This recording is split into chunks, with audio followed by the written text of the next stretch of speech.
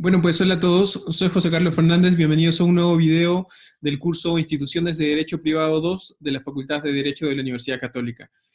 Con este comenzamos lo que va a ser la última semana de clases teóricas en el curso, ¿no? Y lo que vamos a cubrir es lo que nos falta en la parte de remedios y patologías del negocio jurídico, que es el tema de la anulabilidad y de la ineficacia en sentido estricto.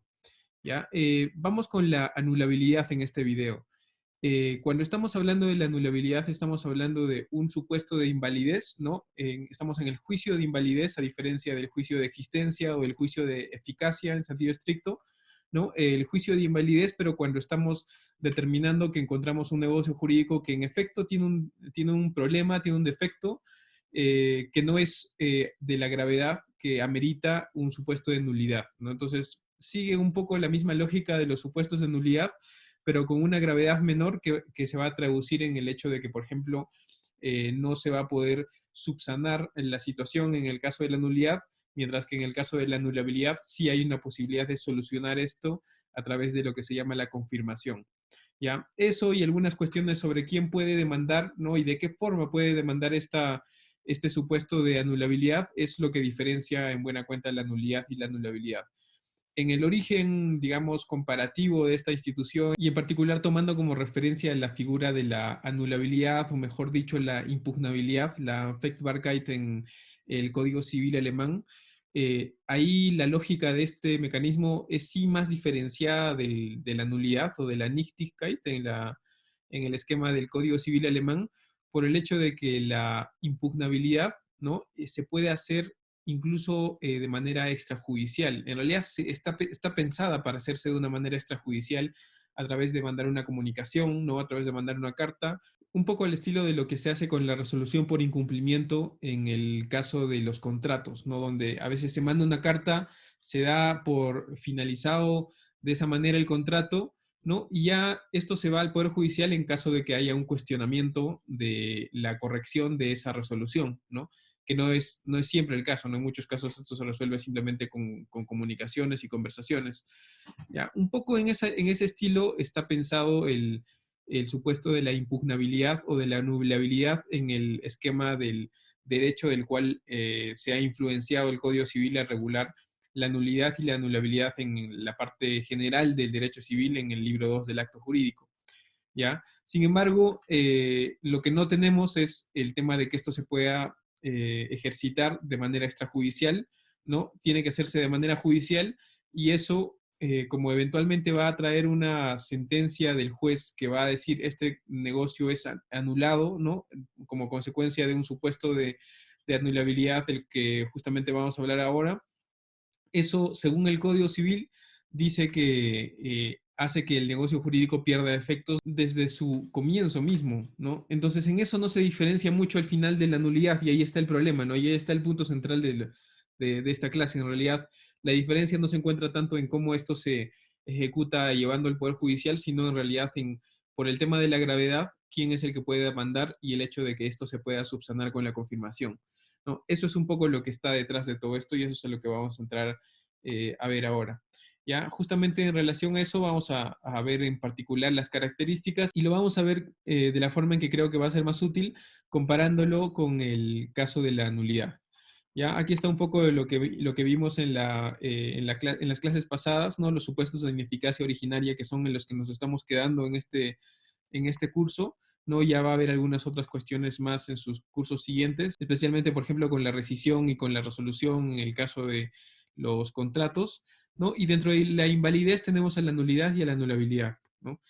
Eh, Ahora, en cuanto a la comparación entre la nulidad y la anulabilidad, tenemos esto, que son básicamente las características de esta institución de la anulabilidad.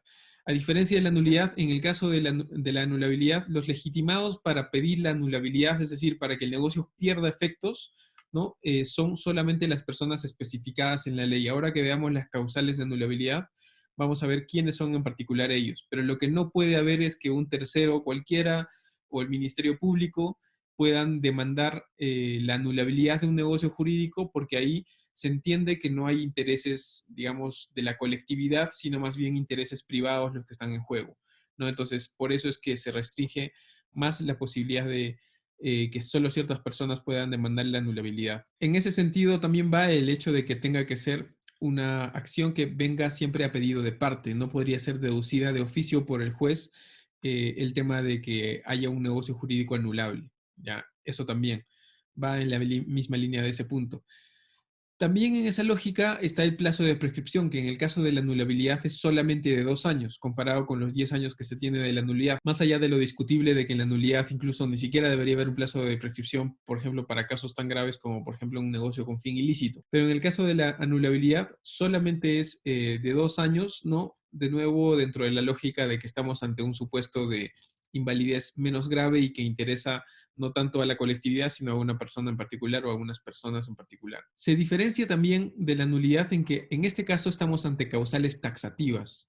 No existe entonces un equivalente en la anulabilidad a lo que hemos llamado la nulidad virtual, ¿no? O la nulidad tácita, que básicamente aplica a los supuestos en donde quizás un negocio jurídico no está siendo calificado expresamente con la palabra nulo, ¿no?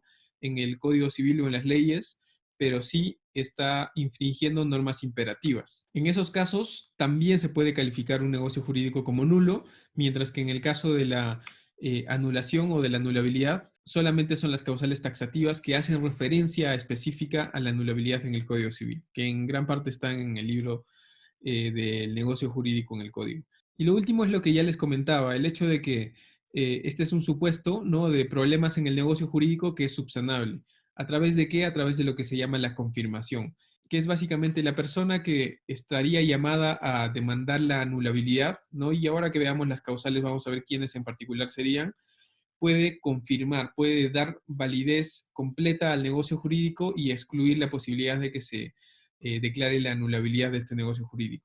Podría incluso esa persona también optar por simplemente no demandar ante el Poder Judicial y cumplir el negocio jurídico en sus términos, ¿no? Eso es algo que, por ejemplo, no puedes en la nulidad, porque incluso si tú trataras de hacer eso, un tercero puede intervenir, el juez mismo puede deducir esto de oficio, el Ministerio Público, ¿no? Mientras que en la anulabilidad ahí está justamente la gran distinción que existe entre estas dos figuras. Sí se puede subsanar en la idea de que están acá en juego intereses más privados o intereses que no afectan tanto al público. Entonces, si bien vamos a entrar un poquito más al tema de las causales y a la confirmación en lo que viene, esto es un poco el esquema comparativo entre estas dos figuras, la nulidad y la anulabilidad. ¿Ya? Ahora entrando un poco más en detalle de algunos de los puntos que hemos hablado, vamos a hablar un poco de la confirmación, de la figura de la confirmación. En la confirmación estamos básicamente regulando un supuesto de declaración de voluntad, ¿no? Una persona que está legitimada para demandar la anulabilidad, ¿no? Declara su voluntad de que quiere dar efectos, confirmar la validez de este negocio jurídico que tenía ese defecto inicialmente. Entonces, en eso consiste y justamente por eso no necesariamente tiene que darse a través de una declaración explícita, sino puede ser una manifestación de voluntad también a través de comportamientos concluyentes, ¿no? Por ejemplo, el hecho de que empiece a ejecutar el negocio jurídico que hubiera podido ser demandado como con un supuesto de anulabilidad, ¿no? Ahí vamos a entender de sus comportamientos si tiene un fraseo que el Código Civil que hace referencia a que tenga actos que inequívocamente den a entender que quiere dar efectos al negocio jurídico. Entonces, hay esa posibilidad en el caso de la confirmación.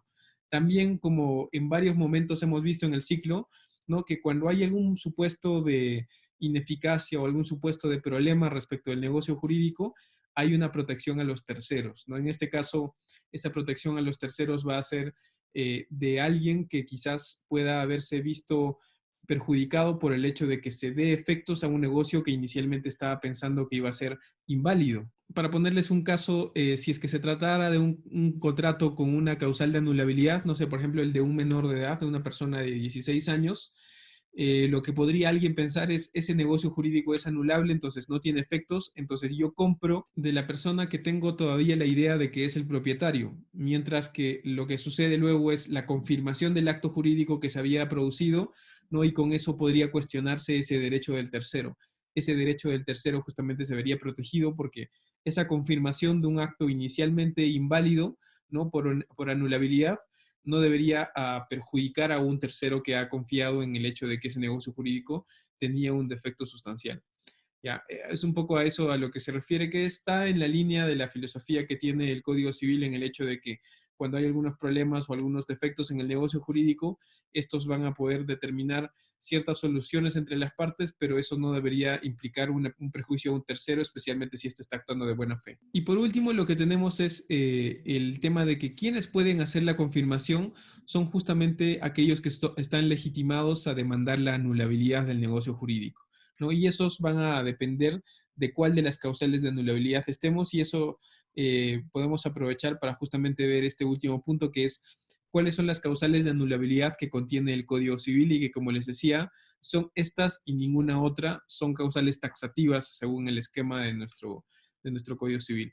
¿Ya? En primer lugar, tenemos el inciso 1, que como ven ahí tiene una reacción más o menos reciente porque fue modificada a través del decreto legislativo que hizo todo el cambio y la reforma respecto de los derechos de las personas con discapacidad, ¿no? Y ahí se ha dejado en claro que solamente es anulable los actos, ya no de las personas que antes se llamaban incapaces, ¿no? Sino simplemente de las personas que tienen capacidad de ejercicio restringida, que se encuentran en los numerales del artículo 44, ¿ya? Ahí estamos hablando de las personas que tienen entre 16 y 18 años, si es que no tienen una autorización de sus padres, y estamos hablando de los toxicómanos, de los pródigos, de los malos gestores, también de las personas que tienen alguna pena que implique la interdicción civil, ¿no? Y ya no estamos hablando ahí de personas a las cuales se les está juzgando en función a su capacidad, ¿no? Simplemente a estas personas que he mencionado. De estas personas, como les digo, sus negocios jurídicos son anulables, ¿no? Y por lo general su validez estaría sujeta a que haya un representante que sea el que autorice los actos de estas personas. Ya, ese es el inciso 1. El inciso 2 es todo lo que se refiere a los vicios de la voluntad, que ya sabemos que son el error, el dolo, la violencia y la intimidación. En ese tipo de situaciones, la persona que haya sido víctima podrá demandar la anulabilidad de ese negocio en que cayó en error, o en que le engañaron, o incluso en el que le amenazaron para celebrarlo, ¿no? Y esta será además la persona que podría, si es que lo determina de acuerdo a su propio interés, confirmar la validez de ese negocio jurídico que en su momento celebró. El tercer supuesto es la simulación, ¿no? Y acá estamos hablando en particular de la simulación relativa. ¿Ya? Acá hay una redacción media complicada y que en efecto podría prestarse a una serie de interpretaciones. Dice, el negocio jurídico es anulable, 3, por simulación cuando el acto real que lo contiene perjudica el derecho de tercero. Ahí no queda claro a cuál de los actos se está refiriendo. Podría, yo creo, y podría tener cierto asidero de acuerdo a la redacción, estar refiriéndose esto al acto simulado y no al acto real. Sin embargo, la interpretación que normalmente se tiene de esta redacción un poco confusa es que, como les decía, como lo hemos visto cuando hemos tratado el tema de la simulación, los actos aparentes, ya sea que sea un acto aparente donde no se quería nada, simulación absoluta, o un acto aparente donde en realidad se quería otra cosa, simulación relativa, el acto aparente siempre va a ser declarado nulo porque se carece de voluntad negocial de parte de las partes. Mientras que en el caso del acto oculto, del acto que sí se quería, en el caso de la simulación relativa, ¿no? Y allí es donde estamos en la simulación relativa, por el hecho de que en la simulación relativa sí hay algo ocultado, sí hay algo que realmente está pasando. Ese acto, según las reglas de simulación, tiene efectos entre las partes, sí tiene efectos, se da efectos a ello, ¿no? Y además los efectos que estos puedan tener frente a terceros. Pero si es que ese acto tiene algún perjuicio frente a tercero, ese acto también puede ser sujeto a anulabilidad, ¿no? Aparenta un inversionista estar comprando a través de alguien, se determina que esta persona es la que está comprando y no esta que habían puesto como interpósita persona, ¿no? Entonces esa es la que tiene efectos. Pero si ese inversionista está comprando algo y ese negocio jurídico está perjudicando a alguna persona, por ejemplo, por tratarse de una disposición a título gratuito y eso perjudica a los herederos del que está transfiriendo, eso podría ser sujeto a un supuesto de anulabilidad y por tanto demandarse de acuerdo a este inciso. Ya, a eso se refiere esta situación. Otra vez esa será la persona, esa perjudicada será la persona llamada a confirmar, si así lo desea, el negocio jurídico. Y lo que les decía, a diferencia de esta cláusula abierta que hay en el caso de la nulidad, donde simplemente se hace referencia a las normas que interesen al orden público, que básicamente son las normas imperativas. En el caso de la anulabilidad, se establece expresamente que si es que no está en este inciso, tendría que la ley declarar anulable explícitamente un negocio jurídico para que esté en esta causal. ¿Ya? Hay algunos supuestos en el derecho de familia, también en el derecho de sucesiones, ¿no? Pero uno que hemos visto nosotros en el curso es dentro del tema de la representación, el caso del acto jurídico consigo mismo, ese caso que les puse en el cual yo soy representante de alguien más, pero además quiero yo actuar en la otra parte. Yo estoy tratando de vender en representación de alguien un bien y yo quiero actuar como comprador. Entonces yo como representante me estoy vendiendo a mí mismo. Ese es un supuesto de anulabilidad por la existencia de un posible conflicto de intereses, salvo los supuestos excepcionales que ahí se ponen en el 166 del Código Civil. Entonces, ese es un supuesto en el que el Código Civil expresamente califica como un supuesto de anulabilidad, que no se encuentra en este artículo 221, que es el que tenemos en la pantalla, pero que la ley lo está estableciendo de manera explícita. Y eso es básicamente lo que tenemos respecto de la anulabilidad. Como ven, y como tema más general y de resumen, tiene un funcionamiento similar al caso de la nulidad, pero la diferencia va a estar justamente en el tema de la gravedad, que se traduce en la posibilidad de confirmar y subsanar esta situación, que es una que no tenemos en el otro caso de invalidez, que es la nulidad. Ya en el siguiente video vamos a pasar al tema de la ineficacia en sentido estricto. Ya lo dejamos ahí y nos vemos en el siguiente. Adiós.